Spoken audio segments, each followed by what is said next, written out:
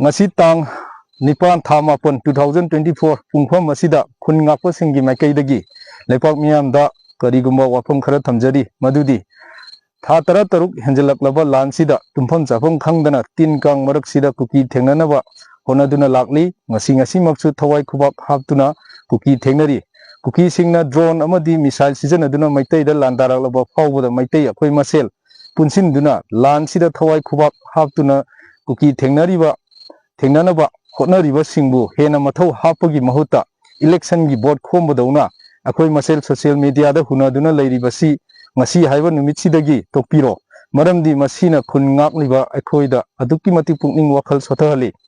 relief camp da leiriba awaba kaya khangliba ireisa singsu lansi maitai akhoigi thengnadraba yadraba lani lansigi awaba kaya si akhoi punna khangminasi ngasi akhoina lansi thengna haudraba amadi lansi akhoi masel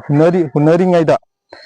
ngamhaudraba maitai hairiba furup asi mutkiba yai wasu wana ipa ipugi ikhengtana yatuna thambiramliba akhoigi imalebak manipur kanbada punna mayok yaminasi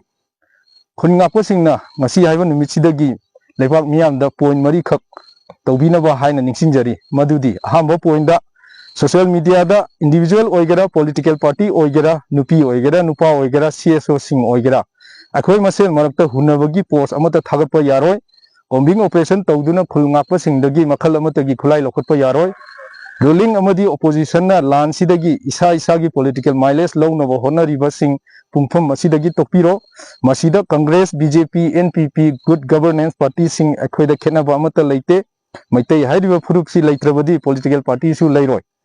masida ahei sing saduna social media da TV da lepak ningba sabagi thabak sing masidagi tokpiro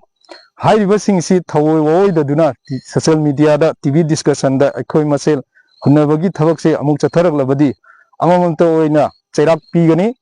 ngasi piriba message si na aroiba message ni makha taba message haibu khut thaba natana upai laiti akhoidasu